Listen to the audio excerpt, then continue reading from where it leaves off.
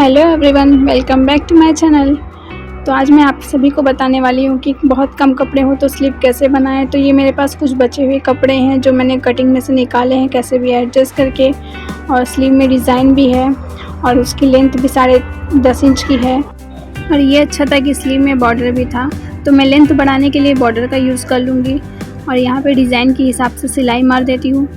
और सिलाई एक बराबर आने के लिए आप जो आपकी फुट होती है उसके एज पे, वन साइड के एज पे रखें और उसके हिसाब से सिलाई मारते जाएं। जैसे आपकी डिज़ाइन हो वैसे वैसे आप इसे घुमाते जाएं, चाहे ट्रायंगल हो चाहे राउंड हो, जो भी शेप हो आप वैसे 1 फुट अपना रखिए और उस हिसाब से सिलाई मारते जाएं, तो काफ़ी अच्छे से डिज़ाइन बैठ जाता है। और आप ये काम तो बिल्कुल ना भूलें कि जो भी डिज़ाइन हो उसके हिसाब से कटिंग कर दे।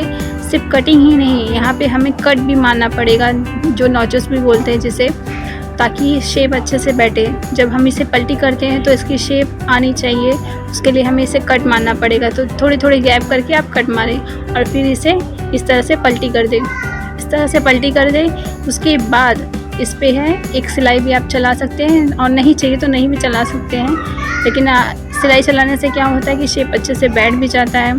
तो उसके लिए भी आप एकदम बारीक वाली सिलाई, बारीक मतलब लास्ट एज पे सिलाई रखें और एकदम किनारी सिलाई जो बोलते हैं उस तरह से इसे सिलाई दें। इक्वल ये सिलाई रहेगी तो ये होता है कि दिखने में भी अच्छा दिखता है, फिनिशिंग भी अच्छा दिखता है। और उसके बाद लाइनिंग के फैब्रिक को और मेन फैब्रिक को इस तरह से जॉइन कर दे और फिर बचे हुए जो कपड़े हैं उसे कटिंग कर दे। तो ये स्लीव की हाफ साइड की पोर्शन कंप्लीट हो चुकी है और इसी तरह से हम इसे पूरी 4 पार्ट्स हो जाएंगे। ये तो हाफ साइड की हो गई, ऐसे 4 पार्ट्स होंगे, तो हम इसी तरह से चारों पार्ट को कंप्लीट कर देंगे। तो यहाँ पे मेरे चारों पार्ट कंप्लीट हो चुके हैं, जिसमें से मैं आपको सिर्फ अभी 2 ही दिखा रही हूँ। और यहाँ पे मैं ये दोनों को जॉइन करूँगी, क्योंकि कपड़ा कम था तो मुझे जॉइन तो करना ही पड़ेगा, लेकिन जॉइन भी मैं कुछ इस तरह से करूँगी ताकि वो लगे ना कि जॉइंट है, यहाँ पे डिज़ाइन ही लगे वो। तो देखिए मैंने किस तरह से इस पर हाथ की सिलाई चलाई है। इस तरह से हाथ की सिलाई चलाए, जितने भी इसकी जॉइंट्स है पूरे ऊपर से लेके नीचे तक पूरे को इस तरह से सिलाई दे देंगे जहाँ जहाँ जॉइंट्स आएंगे। और यहाँ पे हाथ सिलाई भी यूज़ कर सकते हैं, और नहीं तो आप जिगजैग स्टिच भी डायरेक्ट मशीन से भी कर सकते हैं। तो मेरी ये मशीन में जिगजैग स्टिच नहीं होता है, नॉर्मल सिलाई ही होता है, तो मैं इस तरह से स्टिच कर रही हूँ। और बाकी के 2 पोर्शन को भी इसी तरह करेंगे। और यहाँ पे हाथ से बटन बनाना है मुझे, तो यहाँ पे मैं गोल्डन फैब्रिक यूज़ कर रही हूँ। और आपको अगर ये अच्छी तरह से देखना है कि मैंने बटन कैसे बनाया है, कैसे फैब्रिक को यूज़ किया है और ये कैसी मशीन है, इस मशीन के बारे में जानना है, तो आप मुझे प्लीज़ कमेंट करें। मैं आपके लिए इसकी अलग से वीडियो लाऊंगी जिसमें मैं बताऊंगी कि बटन किस तरह से बनाते हैं। यहाँ पे मैंने बताया है, लेकिन काफ़ी अच्छे से वीडियो नहीं है ये, तो अगर आपको चाहिए तो मैं आपको ज़रूर बताऊँगी, लेकिन इसके लिए आपको कमेंट करना पड़ेगा। तो मैं इसकी वीडियो ज़रूर लेकर आऊँगी। और इस तरह से ये बटन बनता है। आपने देखा होगा कि रेडीमेड कुर्ती में ऐसे बटन्स होते हैं, तो वो बटन इसी तरह बनते हैं। और आप मेरी वीडियो को अभी तक देख रहे हैं तो प्लीज़ मेरे चैनल को लाइक ज़रूर कीजिए और सब्सक्राइब भी करिए अगर नए हैं तो, ताकि मुझे और मोटिवेशन मिले और वीडियो बनाने का, और मैं इसी तरह आपके लिए कुछ नया लेकर आऊँ।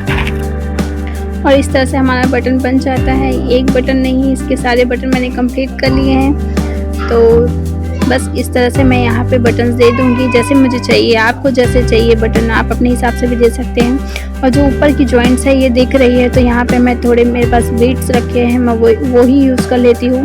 तो आप स्टिचिंग का मार्जिन छोड़कर मैं वहाँ के हिसाब से बीड्स, तो यहाँ पर मैं 3 बीड्स यूज़ कर रही हूँ।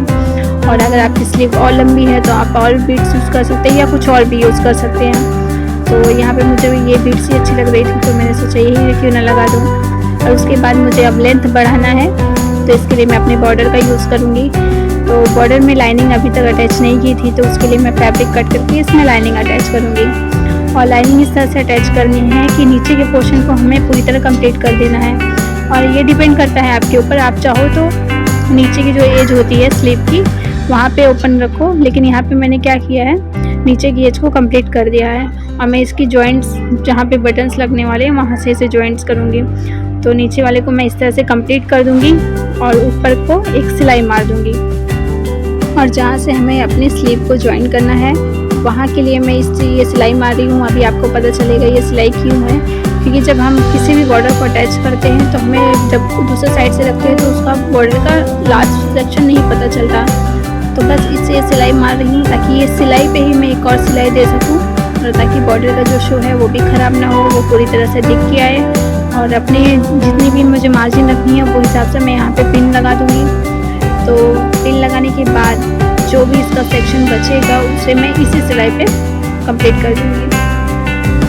चाहे आप नए हो या पुराने हो सिलाई में, लेकिन आप प्राचीनी का यूज़ कर सकते हैं। ऐसा कुछ नहीं है कि जो नए हैं वही यूज़ करें और जो पुराने हो गए वो तो एक्सपर्ट हो गए हैं। ये बस इसलिए होता है कि इसकी पोजीशन अच्छे से रहे, हम जो भी इसे जिस तरह से रखते हैं वो वैसे ही दिखनी चाहिए। और जो भी मैं इसका जो बचा फैब्रिक है उसे ओवरलॉक करके फिनिशिंग दे दूँगी और ऊपर से एक एज सिलाई दे दूँगी। एज सिलाई देने से क्या होता है कि ये पूरी तरह से बैठ जाता है ये फैब्रिक, नहीं तो उठा उठा ऐसा लगता है। उसके बाद इसे जो इसकी बटन की डिज़ाइन है उसे कंप्लीट कर दूँगी। और देखिए यहाँ पे मेरा स्लीव रेडी हो चुका है और ये पहनने के बाद कुछ इस तरह से लगेगा। और आपको मेरा डिज़ाइन कैसा लगा, और प्लीज़ अगर आप मेरे चैनल पे नए हैं तो लाइक करें, शेयर करें, सब्सक्राइब करें। And thanks for watching.